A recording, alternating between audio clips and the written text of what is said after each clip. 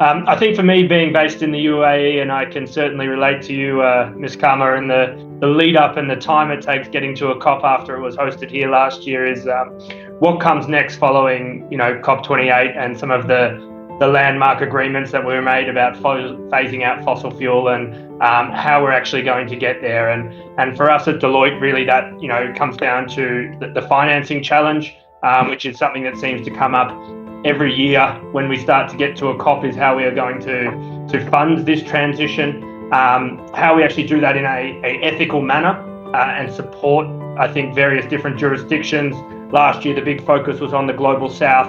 I think that's a conversation that needs to continue. And then I think some of the newer and more diverse ways of thinking, and there was reference to COP16 and how do we actually advance nature and biodiversity? How do we, particularly here in the Middle East, how do we secure our food systems? How do we focus on that sort of level of supply chain management in a sustainable manner to meet the Paris Agreement goals? And then how do we start to integrate all these new technologies? So things like AI and energy and various other innovations that are coming out from the West, and how do we disseminate across that, across Africa or across South America or across regions where we may need it more than others, so that we can actually get to our global objectives and tackle this challenge. So I think from a GCC perspective, that's one of the big challenges that we need to relay, because that then goes into trust, and it goes into trust in banking systems of if they put a investment into this region, does it make returns, does it actually prove its impact, depending on the type of investment we're trying to do. So there's a big flow-on effect, I think, from those geopolitical ramifications that need to be addressed from a challenge perspective. I think the second, being part of the UAE and working a lot, particularly in Saudi, is we can't ignore the hydrocarbons in the oil and gas industry. It's there is a transition. I'm sure Quentin will possibly talk on this as well, but the level of money and the amount of oil that's being pumped out of the ground is something that needs to be discussed. It does need to be limited. We're seeing the cost of a barrel of oil go down at the moment and potentially flood the market with increased hydrocarbons, which are going to have a direct impact on climate change.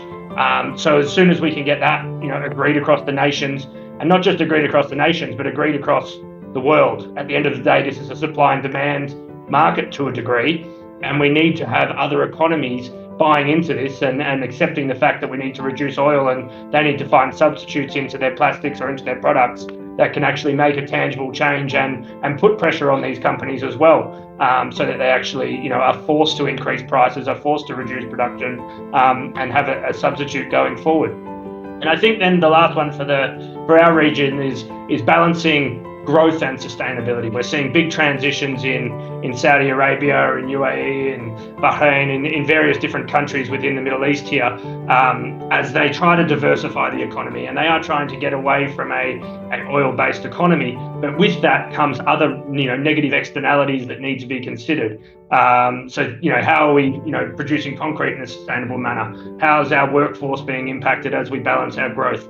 How are we actually using certain products and certain design techniques to allow for the climate adaptation and mitigation that needs to happen over the next 30, 40, 50 years in the cities that are being developed?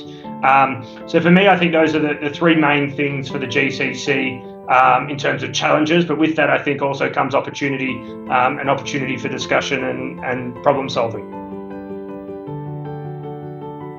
Achieving some increased regulation. We know that the region in the GCC responds to regulation and regulatory drivers, and we'll see that in the UAE next year with some new climate laws. But I think with that, there is, building on last year's COP, the UAE pledged a large sum of money towards a loss and damage fund, towards various other initiatives.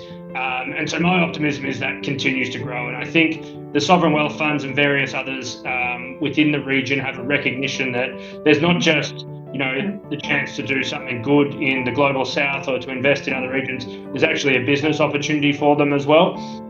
So there is an opportunity for them to not only help other countries, and if they do it in the right way with a responsible investment mindset, they can solve two problems with one go, in sort of helping to solve the climate change problem, but also helping to create sustainable returns for their economy. So